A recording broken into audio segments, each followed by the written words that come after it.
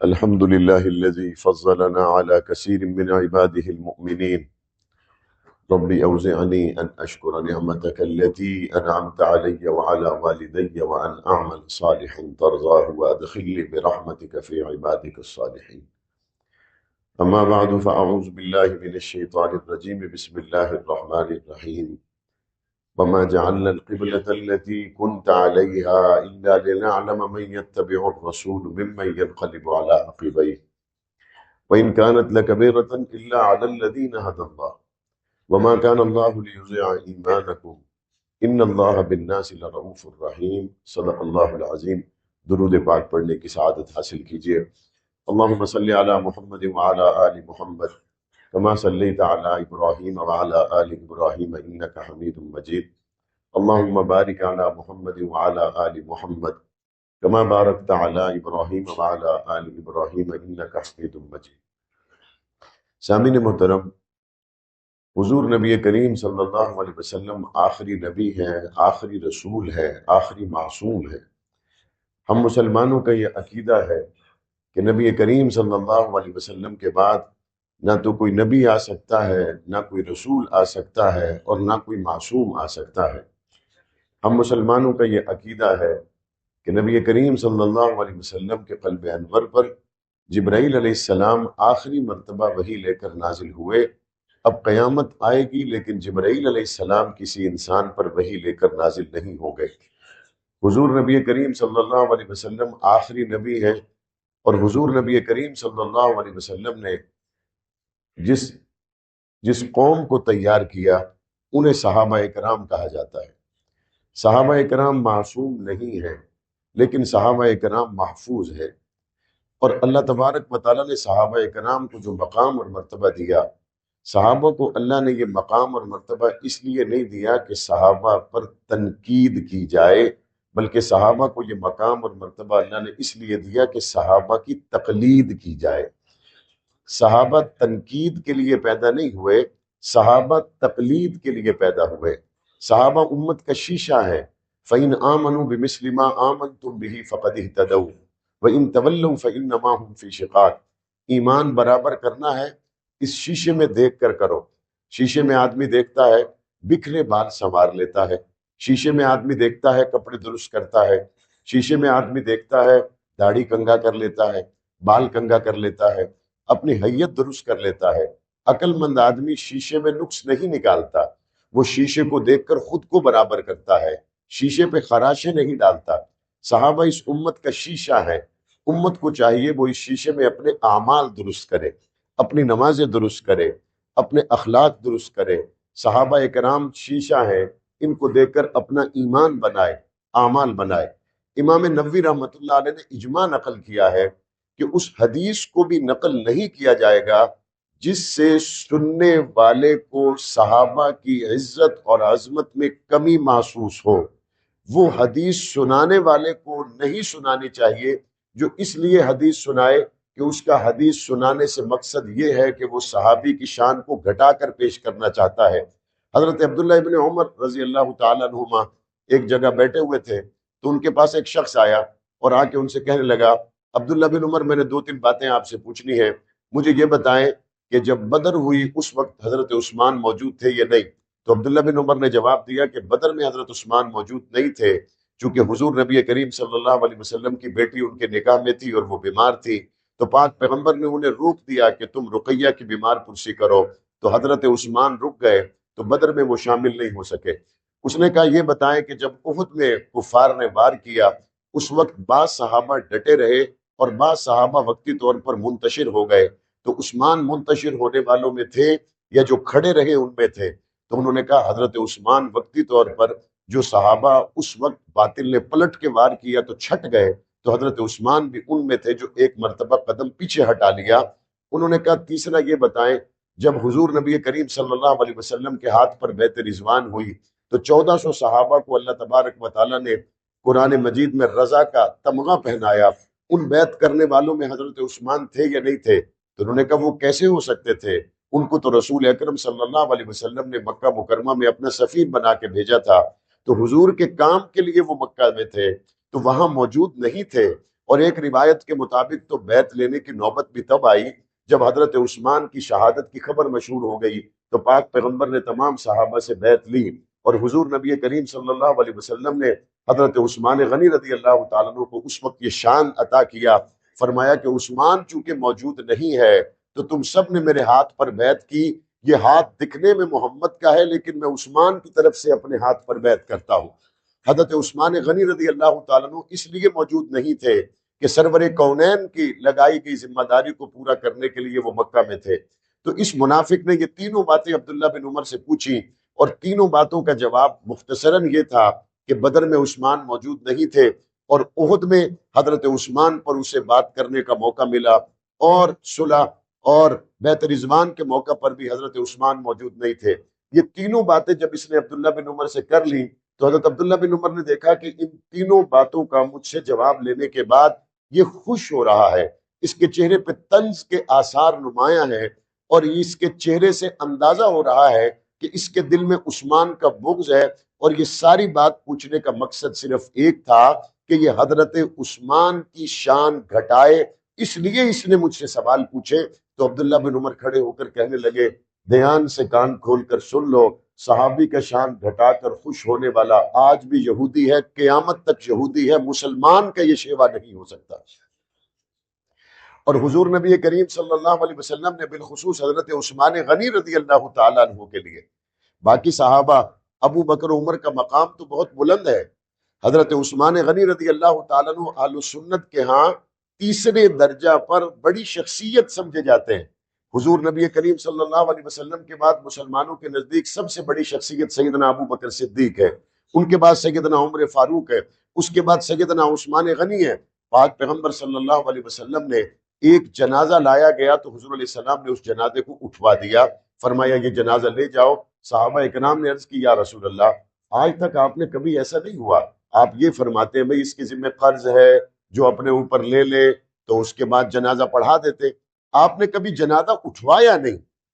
ایسا تو ہوتا رہا کہ قرض کی ذمہ داری باپ کی بیٹے نے اٹھا لی، بیٹے کی باپ نے اٹھا لی، کسی رشتہ دار نے اٹھا لی، تو آپ نے جنازہ پڑھا دیا، لیکن آپ نے جنازہ اٹھوا ہی دیا۔ تو پاک پیغمبر نے فرمایا اس کے دل میں میرے عثمان کا بغض تھا، محمد اس کا جنازہ نہیں پڑھائے گا۔ آج جو لوگ ہم سے پوچھنے کے لیے آتے ہیں کہ مولانا صاحب ہمسائے میں ایک فوتگی ہو گئی ہے، محلہ داری بھی ہے، شہر داری بھی ہے، ہیں ذرا اس طرح کے، تو بتائیں ہمیں کیا کرنا چاہیے؟ میرے بھائی یہ فیصلہ تو 1400 سال پہلے حضور نبی کریم صلی اللہ علیہ وسلم نے فرما دیا ہے کہ جس کے دل میں صحابہ کا بغض ہو، ان کا جنازہ اگر میرے محمد کریم نہیں پڑھاتے تو ان سے زیادہ تو شفیق کوئی ہو نہیں سکتا، لہذا امتی کے لیے گنجائش باقی نہیں رہتی کہ جس کے دل میں صحابہ کا بغض ہو وہ ان کی نماز جنازہ ادا کرے۔ اور پاک پیغمبر صلی اللہ علیہ وسلم نے فرمایا اس کے دل میں عثمان کا بغض ہے۔ اب یہ کیٹیگری وائز ذرا سمجھ لیں، بغض چھپی ہوئی چیز کو کہتے ہیں، اور زبان سے بولنا اس سے بدتر درجہ ہے، ادنا درجہ ہے بغض دل میں چھپا ہوا، اور زبان پہ جب آ جائے تو وہ غلاظت، وہ گالی، وہ تبرہ، وہ بکواس، یہ اس سے بدتر درجہ ہے۔ اگر چھپے ہوئے عثمان کے بغض کو کملی والے آقا گوارا نہیں کرتے تو کھلی بکواس والے کو حضور کا امتی کیسے گوارا کر سکتا ہے؟ صحابہ اکرام تنقید کے لیے نہیں، صحابہ اکرام تقلید کے لیے ہیں۔ تو بعض دفعہ لوگ یہ اعتراض اٹھاتے ہیں کہ جی صحابہ اکرام کے آپس میں بھی تو اختلافات ہوئے، تو صحابہ کے آپس میں اختلافات ہوئے تو ہم وہاں کس سائڈ پر جائیں؟ کوئی ایک سائڈ پہ جانا بہت ضروری ہے۔ لوگوں نے سمجھ لیا ہے یہ پیپلز پارٹی میں ہونا چاہیے، یا نون لیگ میں ہونا چاہیے، یا پی ٹی آئی میں ہونا چاہیے، ایم کیو ایم میں ہونا چاہیے، کسی نہ کسی جماعت میں ہمیں ہونا چاہیے، کسی نہ کسی جماعت پہ ہمیں جانا چاہیے۔ ایسا نہیں ہو سکتا کہ ہم کسی جماعت میں نہ جائیں، تو کہیں نہ کہیں ہمیں جانا ہے۔ میں نے کہا دیکھو دنیا کی جماعتوں پہ جاؤ تمہاری مرضی ہے، لیکن جو خدا اور اس کے رسول کی جماعت ہو وہاں تقسیم پیدا نہ کرو، وہاں تفریق پیدا نہ کرو۔ جو تفریق پیدا کرنے والے تھے ان کی تو مسجدوں کو حضور نے اپنے ہاتھوں سے ڈھا دیا تھا۔ مسجد زرار کن لوگوں کی تھی؟ قرآن مجید کہتا تفریقم بین المؤمنین و ارصادا لمن حارب اللہ و رسولہ، جو صحابہ کے درمیان اس وقت مومنین کے درمیان تفریق کی بات کرنے والے تھے، ان کی تو عبادت گاہوں کو بھی میرے مدنی کریم صلی اللہ علیہ وسلم نے نہیں چھوڑا۔ پھر بھی یہ جو مسلمان کہتا ہے مجھے بتائیں میں حضرت علی کی سائڈ پہ ہو جاؤں یا حضرت معاویہ کی سائڈ پہ ہو جاؤں، اس کے کئی جوابات ہیں۔ ایک جواب تو یہ ہے آپ علی کے بیٹوں کی سائڈ پہ ہو جائیں۔ حضرت علی کے بیٹے حضرت عثمان کی شہادت کے عینی گواہ، حضرت علی کے دونوں بیٹے جنگ صفین کے عینی گواہ، حضرت علی کے دونوں بیٹے جنگ جمل کے عینی گواہ، حضرت علی کے دونوں بیٹے شہادت علی کو آنکھوں سے دیکھنے والے، حضرت علی کے دونوں بیٹے ساری صورتحال کو دیکھنے کے بعد حضرت معاویہ کے ہاتھ پر بیعت کرتے ہیں، اور ان کا بیعت کرنا اس بات کی دلیل ہے کہ معاویہ ہمارا چچا ہے، علی ہمارا ابا ہے، لڑانے والے سبائی ہیں، علی معاویہ بھائی بھائی۔ یہ ان کی بیعت نے امت کے سامنے ایک کھلا راستہ کہ ہم نے ساری صورتحال کو دیکھنے کے بعد یہ فیصلہ کیا، تو بھائی علی کے بیٹوں کا جو فیصلہ ہے، جنتی جوانوں کے سرداروں کا جو فیصلہ ہے، زہرا کے لال جو فیصلہ کریں، حسنی اور حسینی ہم ہیں جو حضرت حسن کے فیصلے پر بھی اعتماد کرتے، حضرت حسین کے فیصلے پر بھی اعتماد کرتے۔ کہنے والا کہتا نہیں مجھے تھوڑی سی سچویشن میں جانا مناسب لگتا ہے کہ صفین اگر ہو رہی ہو تو اس وقت میں کس کی طرف ہوں۔ میں نے کہا اگر زیادہ گہرائی میں جاؤ گے تو پس جاؤ گے، چونکہ صفین میں حضرت علی رضی اللہ تعالیٰ عنہ کی طرف وہ لوگ بھی تھے جو بعد میں خوارج بنے اور انہوں نے حضرت علی کو شہید کیا، اور صفین میں شمر بھی حضرت علی کی فوج میں تھا جو وقت گزرنے کے بعد حضرت حسین کا قاتل بھی بنا۔ لہذا حضرت علی سے محبت کرو، حسن سے محبت کرو، حسین سے محبت کرو، معاویہ سے محبت کرو۔ اور یہ دیکھو اللہ تبارک و تعالیٰ نے قرآن مجید میں کس خوبصورتی کے ساتھ ہمیں سمجھانے کے لیے، اگر اللہ اس کو نہ بیان کرتے تو ہو سکتا ہے کہ سمجھنا اتنی مضبوط دلیل کے ساتھ ممکن نہ ہوتا، لیکن اللہ نے قرآن مجید میں اس پورے منظر کو بیان کیا، اور وہ یہ تھا یبن ام لا تأخذ بلحیتی ولا برأسی، کہ حضرت موسیٰ رسول ہیں، نبی ہیں اور اللہ کا انتخاب ہے، اور حضرت ہارون نبی ہیں اور کس کا انتخاب ہے؟ اللہ کا انتخاب ہے۔ حضرت موسیٰ اللہ کا انتخاب، اور حضرت ہارون اور حضرت موسیٰ اللہ کا انتخاب، اور یہ دونوں نبی، اور ان کا آپس میں ہو گیا جھگڑا، اور بتانے والا تاریخ دان نہیں، بتانے والا اللہ کا قرآن ہے کہ حضرت موسیٰ پیغمبر جب تورات لے کر واپس آئے تو انہوں نے دیکھا قوم تو بچڑے کی پوجا کر رہی ہے، تو انہوں نے اپنے بھائی حضرت ہارون کو داڑھی اور سر کے بالوں سے پکڑا، اور قرآن مجید کہتا ہے یبن ام لا تأخذ بلحیتی ولا برأسی، اے میرے ماں جائے بھائی، میرے سر اور داڑھی کے بالوں سے مجھے نہ پکڑ، مجھے نہ مار۔ اب یہ ایسی لڑائی ہے دو نبیوں کے درمیان میں، تاریخ نہیں بتا رہی، قرآن بتا رہا ہے۔ سب سے اسٹیبلش ڈاکومنٹ ہمارے پاس صرف قرآن ہی ہے، قرآن سے زیادہ اسٹیبلش ڈاکومنٹ ہمارے پاس نہیں ہے، اس میں لکھا ہوا ہے دو نبیوں کی لڑائی ہوئی۔ ذرا ہمت کر کے یا تو حضرت ہارون کی سائڈ پہ ہو جائیں، ہمت کر کے یا حضرت موسیٰ کی سائڈ پہ ہو جائیں۔ تو کراچی کا مسلمان کہتا ہے نہیں، یہاں میں پارٹی نہیں بن سکتا، چونکہ ہارون کی سائڈ پر جاؤں تو ایمان نہیں رہے گا، موسیٰ پیغمبر کی سائڈ پر جاؤں تو ایمان نہیں رہے گا۔ میں نے کہا کروں گا کیا؟ کہتے ہارون بھی رب کا انتخاب، موسیٰ بھی رب کا انتخاب، میں ہارون کو بھی ایمان کا حصہ سمجھتا ہوں، میں موسیٰ پیغمبر کو بھی ایمان کا حصہ سمجھتا ہوں۔ ان دونوں بھائیوں کے جھگڑے کے بعد حضرت موسیٰ کا مقام مومن کے دل میں اسی طرح، ہارون کا مقام مومن کے دل میں اسی طرح، ہارون بھی رب کا انتخاب، موسیٰ بھی رب کا انتخاب، بیانگی اسی طریقے سے حضرت علی بھی رب کا انتخاب، حضرت معاویہ بھی رب کا انتخاب۔ معاویہ اور علی سے محبت کرنا مسلمان کے ایمان کا شیوا ہے، اور پاک پیغمبر صلی اللہ علیہ وسلم کا اس سے پہلے حضرت عثمان بھی سچا، اور پاک پیغمبر نے فرمایا تھا عمار تجھے باغی گروہ قتل کرے گا۔ حضرت عثمان کے گھر کا محاصرہ کرنے والے باغی تھے، اور پاک پیغمبر صلی اللہ علیہ وسلم کے عثمان کو شہید کرنے والے، اور یہی لوگ حضرت علی کی فوج میں جائیں اور وہاں حضرت علی کو وقت آنے پر خوارج کی شکل میں شہید کرنے والے، جنگ جمل کروانے والے، حضرت عمار کو شہید کرنے والے۔ حضور کا فرمان بھی سچا، حضور کا عمار بھی سچا، حضور کا معاویہ بھی سچا، حضور کا علی بھی سچا، اور پاک پیغمبر صلی اللہ علیہ وسلم سے محبت کرنے والے مسلمان علی سے بھی پیار کرتے ہیں، معاویہ سے بھی پیار کرتے ہیں۔ صحابہ تنقید کے لیے نہیں ہے، صحابہ تقلید کے لیے۔ کہنے والا شخص کہتا ہے آپس میں بھی تو انہوں نے ایک دوسرے پر بہت باتیں کی ہے، تو میں بھی کر لوں، اس بات کو سمجھیں۔ یہاں حضرت مولانا سعد اللہ صاحب دامت برکاتہم العالیہ نماز پڑھا رہے ہوں اور پیچھے جماعت میں 3 صفیں موجود ہوں، اگر کسی جگہ لقمہ دینے کی نوبت آ جائے، پیچھے کھڑے ہوئے جماعت کے لوگوں میں تو لقمہ دے سکتا ہے، جو باہر لچھے بیچنے والا ہے اس کے ریڑی میں اسپیکر بھی لگا ہوا ہے، وہ جتنا خوبصورت لباس پہنے اس کی اتنی اوقات نہیں ہے کہ امام صاحب مدنی مسجد کے مصلی پہ کھڑے ہوں اور وہ باہر سے لچھے بیچتا ہوا گزرنے والا امام صاحب کو لقمہ دے۔ امام صاحب کو لقمہ وہ دیں گے جو ان کی جماعت میں ہے، جو جماعت سے خارج ہے وہ باہر بڑا سیٹھ ہو، بڑا چودھری ہو، بڑا شیخ الحدیث ہو، بڑا عالم دین ہو، اس کی اتنی مجال نہیں کہ وہ لقمہ دے سکے۔ یہ صحابہ میرے محمد کی جماعت ہے، ایک دوسرے کو لقمہ دے سکتے، ایک دوسرے سے لقمہ لے سکتے۔ بعد میں آنے والے تاریخ دان لچھا بردار، ان کی اتنی اوقات نہیں ہے کہ یہ محمد کی صحابہ کو لقمے دیتے پھرے، ان کی یہ حیثیت اور اوقات نہیں ہے۔ حضور نبی کریم صلی اللہ علیہ وسلم کے صحابہ مقام والے، مرتبے والے، اور کس درجے کا مقام ہے۔ میں نے خطبے میں ایک آیت کریمہ پڑھی، دیکھیں تربیتی سیشن ہوتے ہیں، تربیتی سیشن میں آپ میں سے کوئی ریٹائر فوجی ہے یہاں بیٹھا ہوا؟ کوئی کسی زمانے میں فوج میں رہا ہو؟ کوئی ہے یہاں پہ رینجر میں، فوج میں پی ٹی کراتے ہیں وہاں صبح صبح؟ معلوم ہے آپ کو، صبح صبح پی ٹی کراتے ہیں، بھگاتے دوڑاتے، پورا ایک ٹریننگ سیشن ہوتا ہے فجر کے آس پاس۔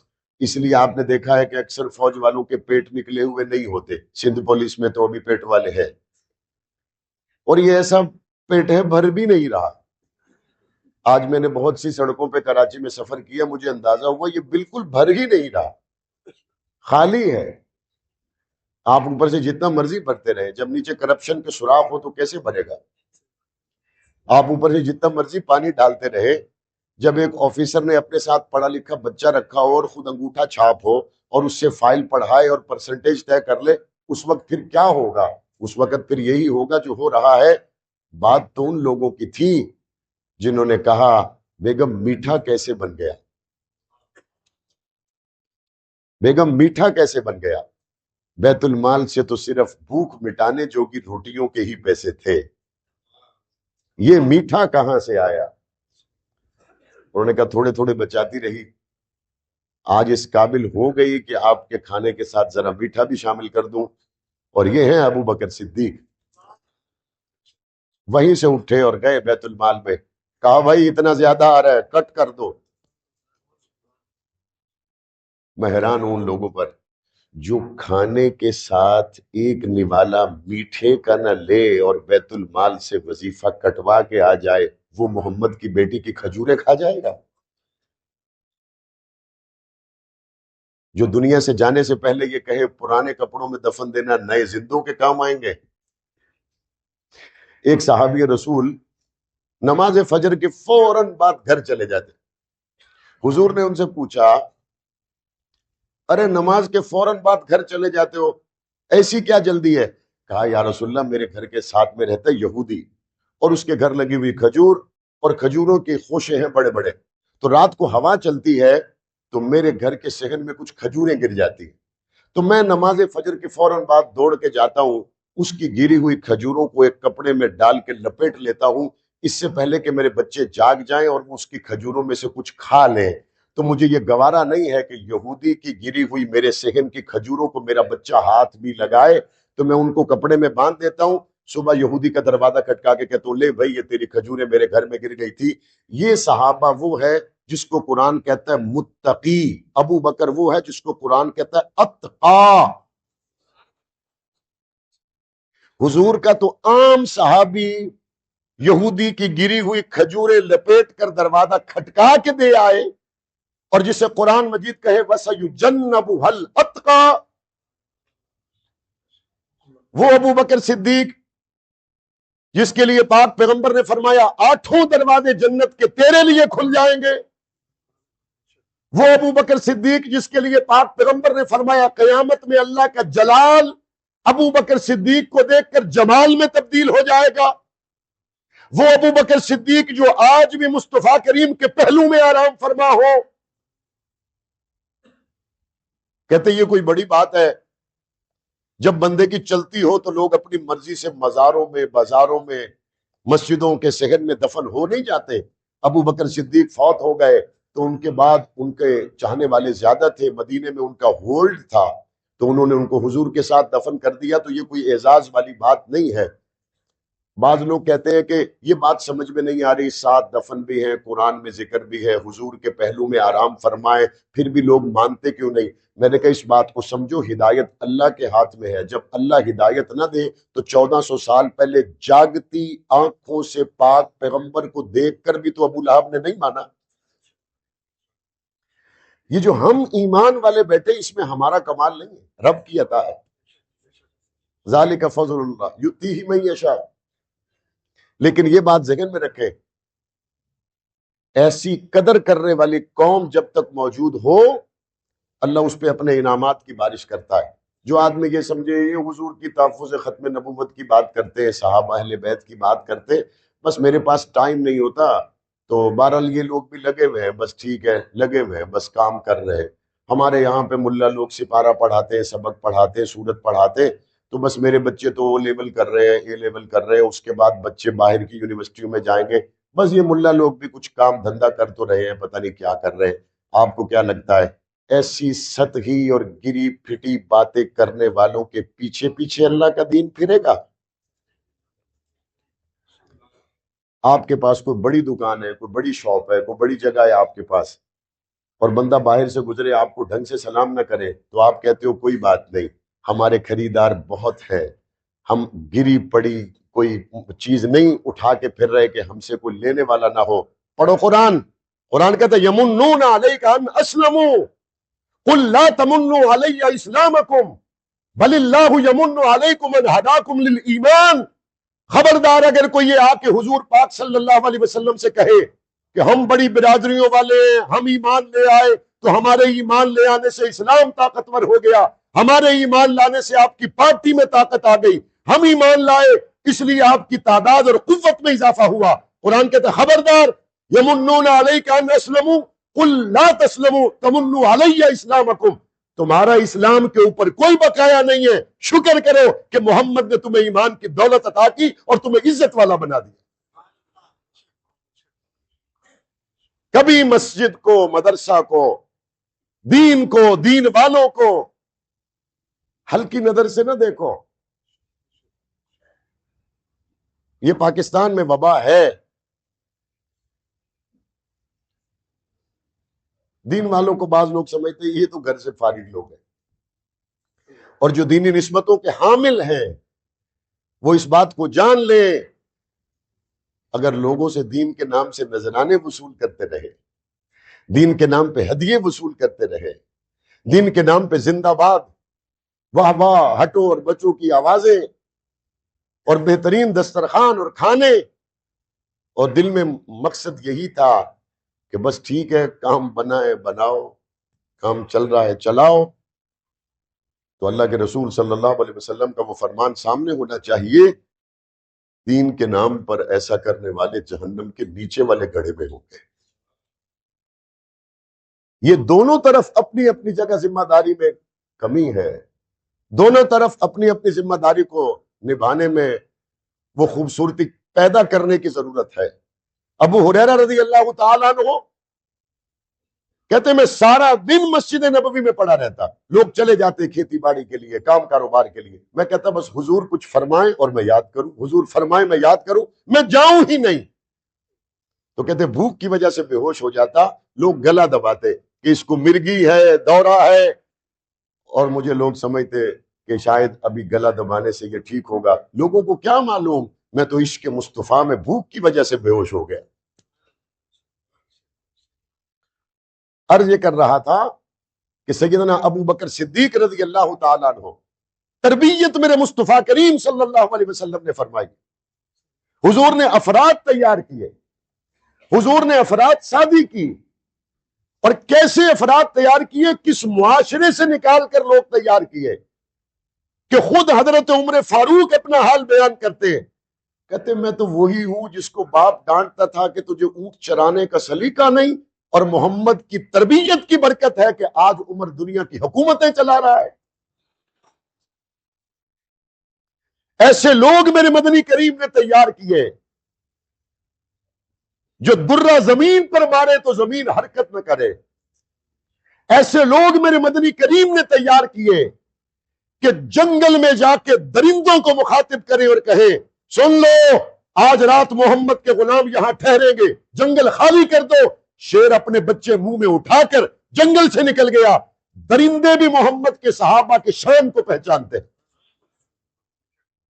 اس لیے یہ کہنا درست ہے جو صحابہ کے شان کو نہ پہچانے یہ درندوں سے بدتر ہے۔ اولئک کالانعام بل ہم اضل۔ جنگل کے درندے تو حضور کے یاروں کو پہچان گئے۔ وہ دجلہ سے واپس پیالہ نہ ہوتا۔ دجلہ میں محمد کے صحابی کا پیالہ گر جائے تو وہ لہروں کو مخاطب کر کے کہے پیالہ واپس کرو، ہم ہیں محمد کے غلام، اور وہ موجے پیالہ واپس کر دے کہ وہ پانی کے قطرے بھی جان لے کہ جن کی نسبت محمد مصطفیٰ سے ہو ان کا شان کیا ہوتا ہے۔ اللہ نے صحابہ کو تنقید کے لیے پیدا نہیں کیا، اللہ نے صحابہ کو تقلید کے لیے پیدا کیا ہے۔ کہتے نہیں جی دیکھیں صحابہ کرام نے، حضور نبی کریم صلی اللہ علیہ وسلم نے بھی تو صحابہ کرام کو فلاں موقع پہ یہ کہا، یہ کہا، یہ کہا، یہ کہا۔ یہ دیکھیں نا جی، یہ بخاری شریف، یہ دیکھیں ترمذی شریف، یہ دیکھیں نسائی شریف، حضور نے یہ فرمایا، حضور نے یہ فرمایا، حضور نے یہ فرمایا۔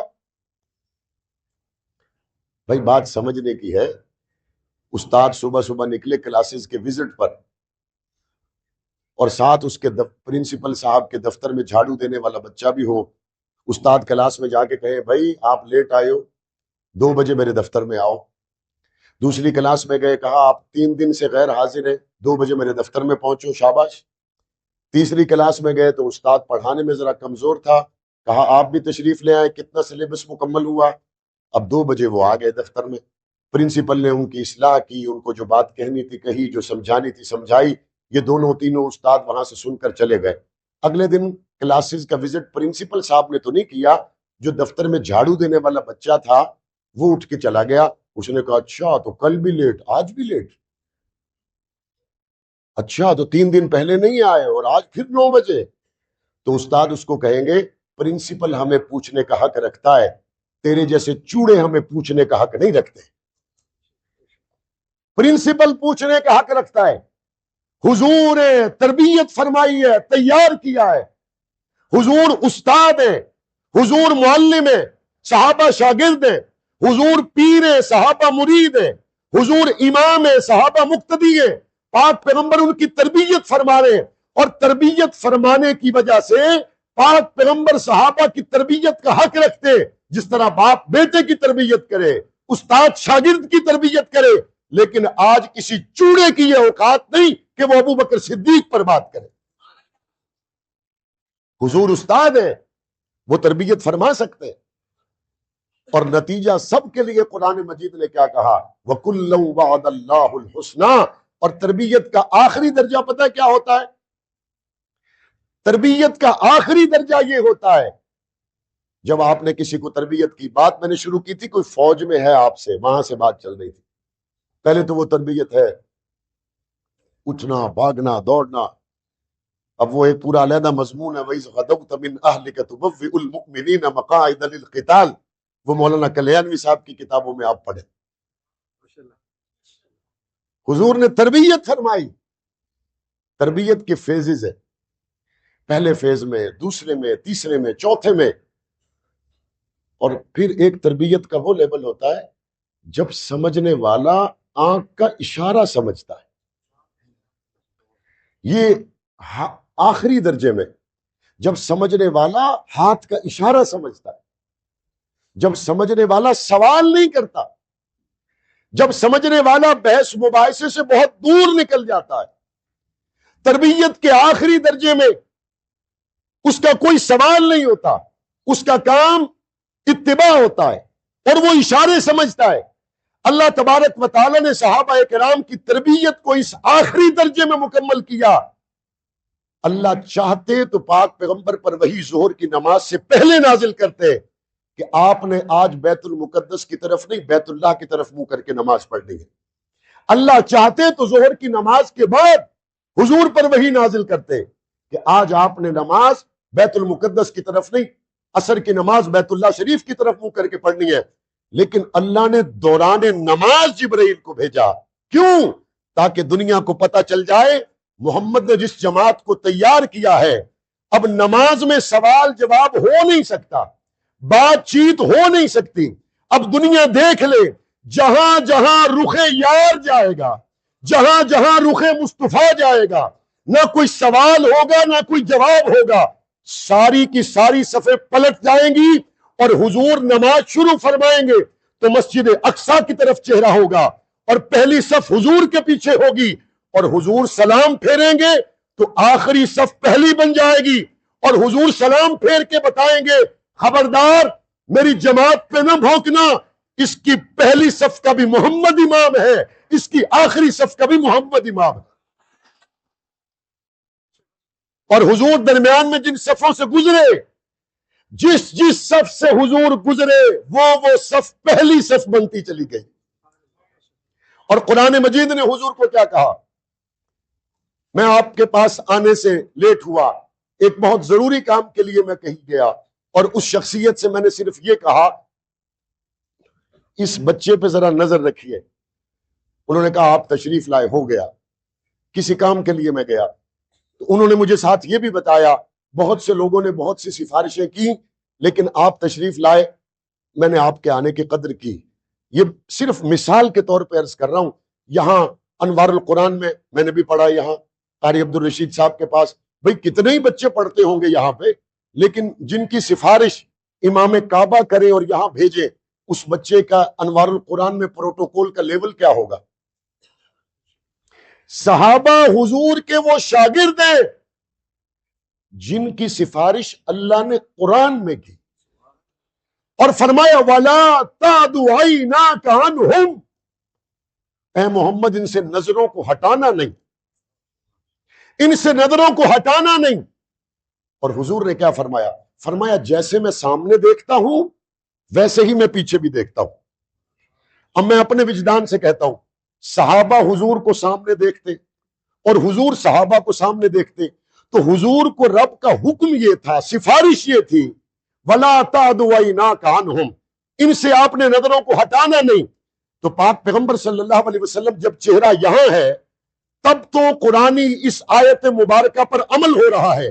جب حضور کا چہرہ نماز کے لیے اس طرف ہو جائے، اب تو حضور کی پشت آ گئی صحابہ پر، تو اللہ نے حضور کا یہ معجزہ کہ جیسے میں سامنے دیکھتا ہوں ویسے ہی میں پیچھے دیکھتا ہوں. تو مطلب کیا ہوا کہ قرآن مجید کی آیت کریمہ آپ نے نظریں ہٹانا نہیں.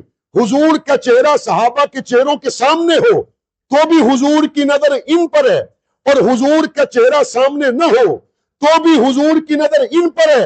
لیکن صحابہ جانتے تھے ہم تو صرف سامنے دیکھ سکتے ہیں اور ہر وقت سامنے دیکھتے ہیں، لیکن نماز میں تو ہم نے آج تک صرف پشت کو دیکھا ہے، نماز میں سامنے نہیں دیکھا، نماز میں تو امام کی پشت کو دیکھا ہے. اللہ نے ان صحابہ کے لیے یہ اہتمام فرمایا، رب کی نماز محمد کی پشت کے پیچھے پڑھنے والوں، میں نماز میں تمہیں محمد کا چہرہ دکھاؤں گا، میں نماز میں تمہیں محمد کا چہرہ دکھاؤں گا. یہ وہ نماز ہوگی جب رخ مصطفیٰ کو بھی دیکھو گے اور بیت اللہ کو بھی دیکھو گے. اور صحابہ حضور کے پیچھے پیچھے ایسے مڑ گئے، حضور یہاں، حضور وہاں، حضور وہاں، حضور کے پیچھے پیچھے. اور قرآن کریم کیا کہتا ہے؟ یہ اس زمانے کی بات ہے جب ہجرت فرض تھی. بیت اللہ میں رہنے والوں کو قرآن کہتا ہے بیت اللہ چھوڑو، ہجرت فرض ہے، نکلو. بیت اللہ میں رہو گے بیت اللہ نہیں ملے گا، ہجرت فرض ہے. رسول اللہ کے پاس جاؤ، بیت اللہ میں رہ کر بیت اللہ نہیں ملا، بیت اللہ چاہتے ہو تو رسول اللہ کی طرف جاؤ. اور جب رسول اللہ کے پاس گئے تو رسول اللہ کا کیا فرمان ہے؟ اللہ اللہ فی اصحابہ لا تتخذوهم من بعدی غرضا فمن احبهم فبحبی احبهم ومن ابغضهم فببغضی ابغضهم۔ اللہ سے ڈرو میرے صحابہ کے معاملے میں۔ محرم الحرام کے دنوں میں ایک شخص نے حضرت امیر معاویہ رضی اللہ تعالیٰ کے خلاف مضمون لکھا۔ کتنے بد نصیب ہیں وہ لوگ جو تاریخی چیتڑے اٹھائے پھرتے ہیں محمد کے صحابہ پر آلودگی ڈالنے کے لیے۔ یہ اسی طرح ہے جس طرح بچپن میں میدان میں ہم نے بہت سے بچوں کو دیکھا، اوپر سے جہاز گزرتا، وہ زور سے بال پھینکتے اور سوچتے جہاز والے کو لگ جائے گی، اچھا لگ نہیں جائے گی تو اس کو نظر تو آ جائے گی، تم کیا، تمہاری گیند کیا، تمہاری پہنچ کیا، وہ تو وراء الورا ہے، تم کیا، تمہاری تاریخ کیا، تمہارے حوالے کیا، تمہارا علم کیا، وہ تو حضور کے صحابہ ہیں جن کا شان اللہ قرآن مجید میں بیان کرتا ہے۔ کئی آئیں گے اور مر جائیں گے، صحابہ کل بھی چمکتے ستارے تھے، صحابہ آج بھی چمکتے ستارے۔ اس نے حضرت امیر معاویہ رضی اللہ تعالیٰ کے خلاف پورا مضمون لکھا، اس کا اسی مسلک کے ایک نوجوان نے جواب دیا، اور وہ جواب اس نے مجھے لکھ بھیجا۔ اس نے کہا ایک نظر اس پہ کیجئے، اس میں کوئی بات کم زیادہ کرنی ہو تو مجھے بتائیں۔ میں نے کہا مضمون آپ نے اچھا لکھا، میرے پاس تو اس کا ایک ہی جواب ہے، اور وہ یہ ہے، اس نے پورے مضمون میں یہ ثابت کرنے کی کوشش کی کہ حضرت امیر معاویہ کا دل پاک نہیں تھا، اور قرآن مجید صاف کہتا ہے یزکیہم، حضور نے ان کو اپنے ہاتھوں سے پاک کیا تھا۔ یہ تاریخ کی طرف جا کے کہتا ہے پاک نہیں ہوئے، اللہ اجلے قرآن میں کہتا ہے کہ پاک ہو گئے۔ حد مک گئی، سندھ فوڈ اتھارٹی والے کسی کے کچن کو پاک ہونے کا سرٹیفکیٹ دیں تو مانتا ہے، گورنر اسٹیٹ بینک کسی پہ مہر لگا دے تو مانتا ہے، 22 کیرٹ سونے کی ٹکیا پر کوئی مہر لگا دے تو مانتا ہے، نہیں مانتا تو اللہ کے قرآن کا فیصلہ نہیں مانتا۔ اس لیے اب بات کا خلاصہ عرض کرنے لگا ہوں، صحابہ کے معاملے میں قرآن مجید کے علاوہ اور کسی کی بات سنی مانی نہیں جائے گی۔ کیوں؟ صحابہ حضور کے دین کے عینی گواہ ہیں، اور اللہ نے ان کو تاریخ کے حوالے نہیں کیا، اللہ نے ان کو قرآن کے حوالے کیا ہے۔ تاریخ لکھنے والا 1000 سال پہلے بھی لکھے گا تو انسان لکھے گا یا جن؟ اور آج کالم لکھنے والے انسان ہیں یا فرشتے؟ بولے بولے، جن کو سمجھ آ رہی صرف وہ بولے۔ بعض لوگ بیٹھے بیٹھے مراقبے میں بھی چلے جاتے، مراقبے میں چلے جاتے۔ میں نے تو زیادہ یہ اسباق نہیں پڑھے، قبض اور بسط کی کیفیت کیا ہے۔ انہوں نے کہا بھائی کسی بھی کیفیت کے حاصل کرنے سے پہلے آپ کا پیٹ ٹھیک ہونا بہت ضروری ہے۔ کبھی ایسے مقتدی مل جاتے ہیں وہ خواب دیکھتے ہیں جو جنید بغدادی کو بھی نہیں آئے، بلکہ پیر سمجھتا ہے کہ مجھے بیعت کر لینی چاہیے۔ تو بھائی اس میں روحانیت نہیں ہوتی، اس میں آپ کو معدے کا علاج کروانا ہوتا ہے۔ پیٹ خالی رہے گا، ٹائم سے سوئیں گے، موبائل کم دیکھیں گے تو اچھے خواب آنے کی امید ہے۔ اور ہر مومن کے دل میں ایک امید تو ہمیشہ ہی مچلتی رہتی ہے کہ کوئی ایسی نیند آ جائے کہ حضور آ جائے۔ یہ تو ہر کسی کے دل میں ہے نا بھائی، کوئی ایسا خواب آ جائے کہ حضور آ جائے۔ قربان جاؤں ہم زندگی بھر اس خواب کو ترستے رہے اور اس نیند کا بستر تلاش کرتے رہے جہاں حضور آئے اور جھلکی مل جائے۔ قربان جائیں ان کے قدموں سے لگنے والی خاک پر جنہوں نے نیند میں انتظار ہی نہیں کیا، عشاء کی نماز حضور کے پیچھے پڑھی، جنہوں نے اگلی صبح اٹھ کر اگلی رات کا انتظار ہی نہیں کیا، فجر کی نماز حضور کے پیچھے پڑھی۔ ہم دیدار کی جھلک کے لیے ترستے اور تڑپتے دنیا سے چلے گئے۔ وہ کھلی آنکھوں سے حضور کا دیدار کرنے والے کتنے بڑے مسلمان تھے، کتنے بڑے مسلمان تھے، کتنے بڑے مسلمان تھے کہ اللہ تورات میں ذکر کرے، اللہ انجیل میں ذکر کرے، اللہ قرآن میں ذکر کرے، اللہ آسمانی صحیفوں میں ذکر کرے، اور اللہ ان کو پاک پیغمبر کے ساتھ سنا دے۔ ان پڑھ جاہل کو یہ بتانا نہیں پڑتا سورج کہاں سے نکلتا ہے، بھئی پرائمری میں جائے نہ جائے، سکول پڑھے نہ پڑھے، مدرسہ جائے نہ جائے، یہ معلوم ہوتا ہے اس کو کہ سورج مشرق سے نکلتا ہے، ڈوبتا یہاں پہ ہے۔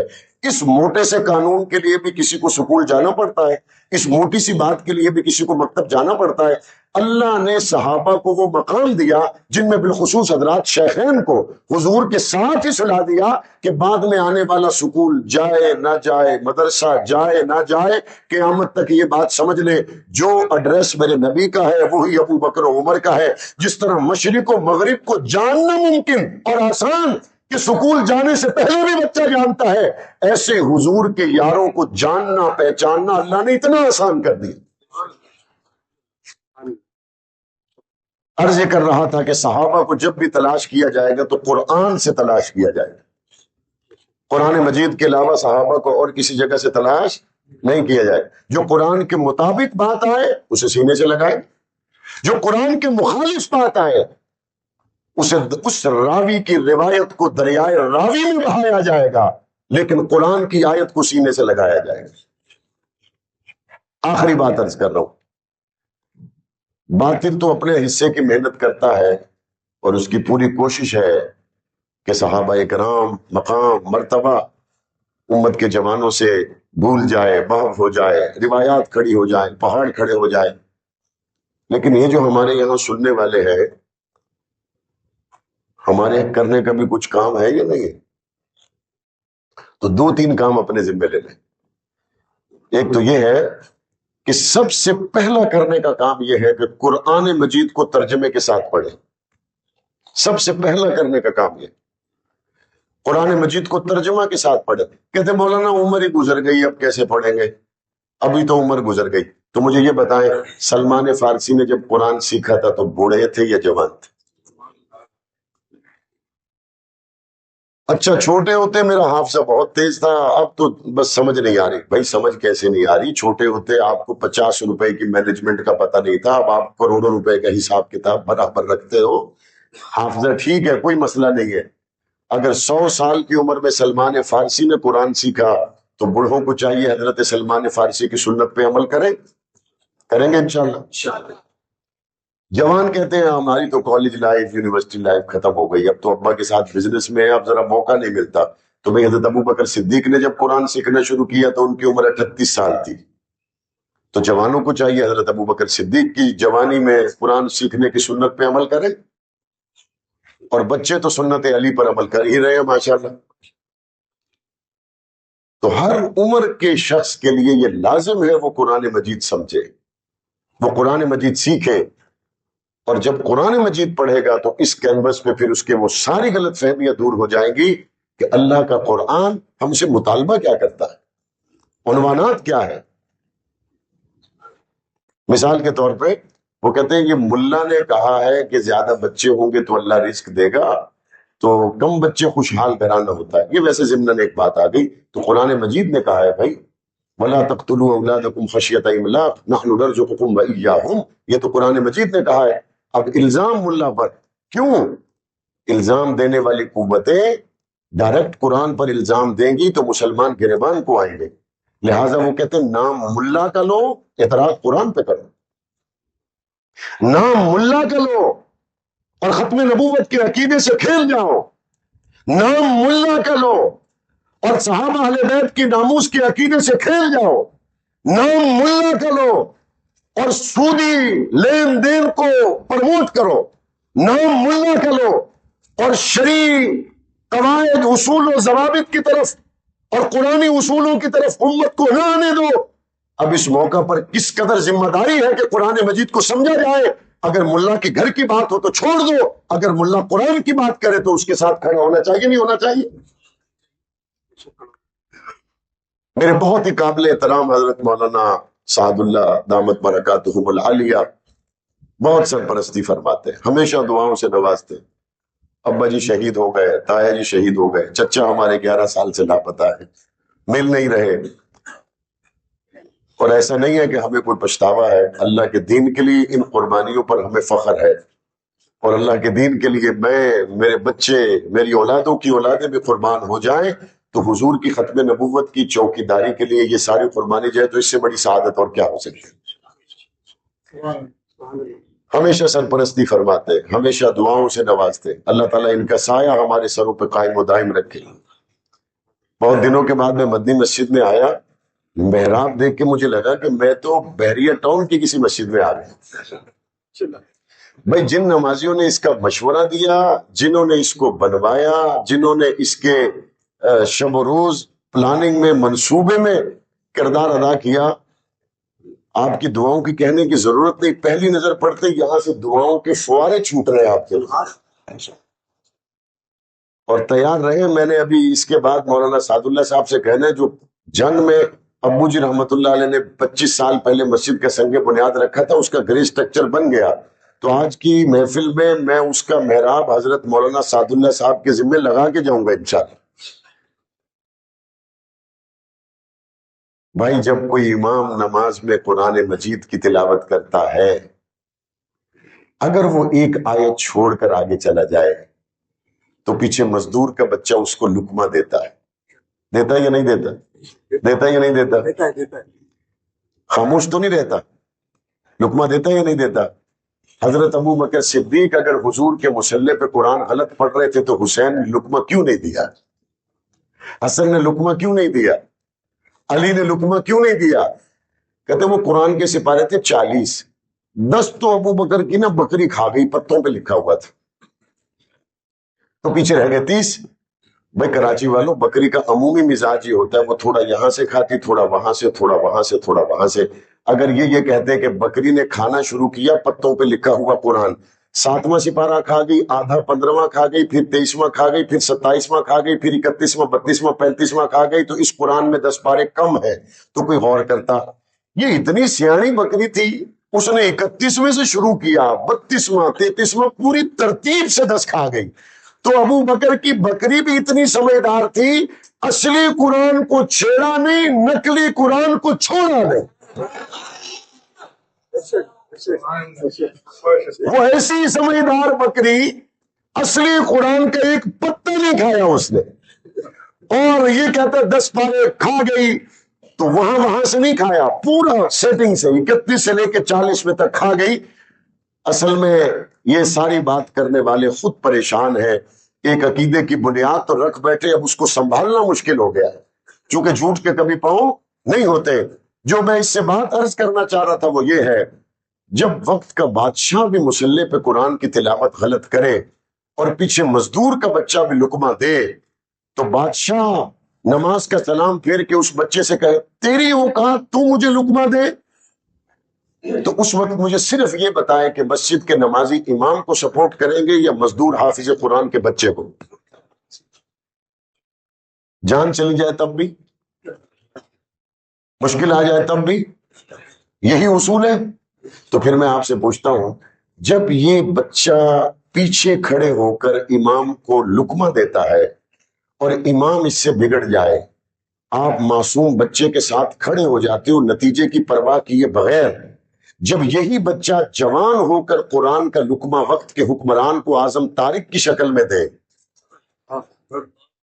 جب یہی بچہ جوان ہو کر قرآن کا لقمہ امریکہ کی مرضی کے خلاف وقت کے ظالم اور جابر حکمرانوں کو دے، جب یہ چھوٹا تھا تب آپ کہتے تھے ہم تو اس معصوم حافظ قرآن بچے کے ساتھ ہیں، اور جب اس نے بڑے ہو کے اسمبلی میں بات کی تو اس وقت آپ نے کہا کہ ہماری اپنی مصروفیت دکان کی بھی زیادہ ہے، ابھی اتنا ٹائم نہیں ہے، بہت مشکلات ہیں، حالات آ جائیں گے۔ نہیں، جس طرح قرآن کا لقمہ دینے والا بچہ قرآن مجید کی حفاظت کے لیے آپ اس کے ساتھ کھڑے ہوتے ہیں، اسی طرح جو علماء ختم نبوت کے تحفظ کے لیے کھڑے ہو جائیں، صحابہ اہل بیت کی ناموس کے تحفظ کے لیے کھڑے ہو جائیں، اعلاء کلمت اللہ کے لیے کھڑے ہو جائیں، جان دینے کے لیے تیار ہو جائیں، اس حافظ قرآن بچے کی طرح امت مسلمہ کی یہ ذمہ داری ہے وہ ان علماء کرام کے دست و بازو بنے اور ان کے ساتھ چلے، اور انشاءاللہ ثم انشاءاللہ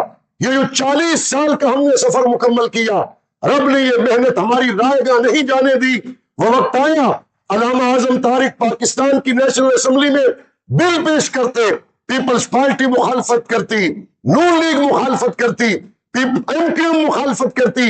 آج وہ وقت آیا 8 اگست 2023 کو علامہ اعظم طارق کا وہ بل سینٹ آف پاکستان میں پیش ہوا، پیپلز پارٹی نے بھی حمایت کی، ایم کیو ایم نے بھی حمایت کی، پی ٹی آئی اور نون لیگ نے بھی حمایت کی، اور تمام پارٹیوں نے متفقہ طور پر اس بل کو پاس کیا کہ صحابہ اہل بیت کے گستاخ کے خلاف عمر قید ہونی چاہیے اور کم از کم سزا 14 سال ہونی چاہیے۔ کل جو بات ممبر و محراب پر اور پاکستان کی اسمبلی کے فلور پر اکیلے اعظم طارق کر رہے تھے، آج وہ بات پورے پاکستان کی تمام پارٹیاں کر رہی ہیں۔ الحمدللہ یہ ظاہری طور پر ہماری کامیابی کے بڑھتے ہوئے قدم ہے، اور میں نے پنجاب اسمبلی میں جب یہ بل پاس کیا، اسے متفقہ طور پر پاس کیا گیا۔ ہم نے پنجاب کے سکولوں میں 57,000 سکولوں میں یہ قانون بنوایا کہ ان میں قرآن مجید ترجمے کے ساتھ پڑھایا جائے گا۔ ہم نے پنجاب کے تمام سرکاری دفاتر کے لیے یہ قانون پاس کیا کہ وہاں حضور کی ختم نبوت پر آیت اور حدیث ترجمے کے ساتھ لکھنا لازم ہے، تاکہ ختم نبوت کا ڈاکو کسی راستے سے بھی آئے، ختم نبوت کا مجاہد اس آیت کریمہ اور حدیث کے ترجمے کے ساتھ وہاں کھڑا ہو کر ختم نبوت کا چوکیدار بن کے دفاع کرے۔ کام جاری ہے اور جاری رہے گا انشاءاللہ۔ یہ اللہ نے ہم کمزور ایمان والوں کو حوصلہ دینے کے لیے ذرا راستے برابر کیے۔ نوح پیغمبر 950 سال کی محنت کرے اور 80 لوگ ایمان لائیں، تو ہمارا ایمان یہ ہے کہ حضرت نوح کامیاب، قوم چاروں طرف سے کھڑے ہو کر پتھر مارے اور پتھروں میں حضرت نوح علیہ السلام گم ہو جائے، پھر بھی نوح علیہ السلام اپنی ذمہ داری کو پورا کرے۔ ہم قرآن والی امت ہیں، اللہ سے ہمیشہ عافیت کا سوال ہے، اللہ سے ہمیشہ آسانی کا سوال ہے، خیر کا سوال ہے، لیکن اگر حضور کی ختم نبوت کے تحفظ کے لیے، قرآن کے تحفظ کے لیے، صحابہ اہل بیت کی ناموس کے تحفظ کے لیے ساری دنیا میں ہم سے منہ موڑ جائے، محمد کے غلام پھر بھی اس کام کو کرتے ہیں، کرتے رہیں گے انشاءاللہ، بیدار رہیں گے انشاءاللہ، مستعد رہیں گے انشاءاللہ، قرآن مجید کا ترجمہ پڑھیں گے انشاءاللہ، سمجھ کر پڑھیں گے انشاءاللہ، اور گھر میں اپنی بیٹیوں کو قرآن مجید کا ترجمہ پڑھائیں، اپنی گھر والی کو قرآن کا ترجمہ پڑھائیں۔ سب سے پہلے وہی ترجمہ آپ پڑھاتے ہیں اپنی گھر والی کو، مسنا و ثلاثا و رباع۔ یہ ایک ہی آیت یاد ہے سب کو، جو ایک دن مدرسے نہیں گیا اس کو یہ آیت یاد۔ ابھی قانون بن گیا ہے، تھریٹ کرو گے تو جیل میں جاؤ گے، تو یہ آیت کا ترجمہ پڑھنے کا من بھی ہو تو دل میں، ہاں، تو وہی اپنے گھروں کا ماحول قرآن مجید کے نور سے منور کرے۔ اللہ ہم سب کا حامی و ناصر ہو۔ وآخر دعوانا ان الحمدللہ رب العالمین۔ الحمدللہ رب العالمین والعاقبۃ للمتقین والصلاة والسلام علی آلہ واصحابہ اجمعین۔ رب کریم ہمارے گناہوں کو معاف فرما، اس امت مسلمہ پہ رحم فرما۔ اے میرے رب کریم، حضور نبی کریم صلی اللہ علیہ وسلم کی ختم نبوت کے تحفظ کے لیے، صحابہ کرام اہل بیت عظام کی ناموس کے تحفظ کے لیے، اسلام کی سربلندی کے لیے، ان 14 صدیوں میں جس نے جہاں جان کا نذرانہ پیش کیا اور شہید ہو کر آپ کے دربار میں پہنچے، سب شہداء کے درجات بلند فرما۔ اے میرے رب کریم، غزہ کے شہیدوں کے درجات بلند فرما۔ شام اور عراق اور دنیا بھر میں جتنے مسلمانوں نے شہادت کا جام نوش کیا، ان کی شہادت قبول فرما۔ مسجد اقصی کو آزادی نصیب فرما۔ اے میرے رب کریم، عافیہ صدیقی اور مولانا عالم طارق سمیت جتنے لوگ ظلم قید میں ہیں، سب کو رہائی نصیب فرما۔ اے میرے رب کریم، ہمیں دین حق سے، مدارس سے، مساجد سے، علماء اہل حق سے ہمیشہ وابستہ رہنے کی توفیق عطا فرما۔ ہمارے من کی مرادوں کو پورا فرما۔ اے میرے رب کریم، تمام مشکلات کا حل قرآن کریم سے ہے، اور ہم مشکلات میں پھنسے قرآن مجید کی دوری کی وجہ سے، ہمیں قرآن مجید کے قریب آنے کی توفیق عطا فرما۔ جتنا دور رہے اس سارے وقت پر ہم توبہ کرتے ہیں، الہ العالمین ہماری اس توبہ کو قبول فرما۔ اے میرے رب کریم، جتنے لوگ دعا میں شامل ہیں، ان کے عزیز رشتہ دار ملنے والے جو دنیا سے چلے گئے، ان کی کامل بخشش فرما۔ اے میرے رب کریم، جو بیمار ہیں ان کو صحت عطا فرما، جن کے گھر میں، باہر میں، کام کاروبار میں پریشانیاں ہیں، ان کی پریشانیوں کو دور فرما۔ جتنے احباب دعا میں شامل ہیں، سب کو حج بیت اللہ نصیب فرما، حضور علیہ السلام کے روزے کی حاضری نصیب فرما۔ اے میرے رب کریم، ملک پاکستان کی حفاظت فرما، پاکستان کی اندر اور باہر سے حفاظت فرما، عالم اسلام میں اتحاد اور اتفاق پیدا فرما۔ اے میرے رب کریم، ہمارے حضرت مولانا اسعد اللہ دامت برکاتہم العالیہ کی صحت میں، علم میں، عمر میں، ان کے سائے میں تادیر برکتیں فرما، خیر عطا فرما۔ اے میرے رب کریم، جو مانگ سکے وہ عطا فرما، جو ہمارے حق میں بہتر ہے اپنے فضل سے عطا فرما۔ ربنا آتنا فی الدنیا حسنۃ وفی الآخرۃ حسنۃ وقنا عذاب النار۔ صلی اللہ تعالی علی خیر خلقہ محمد وعلی آلہ واصحابہ اجمعین برحمتک یا ارحم۔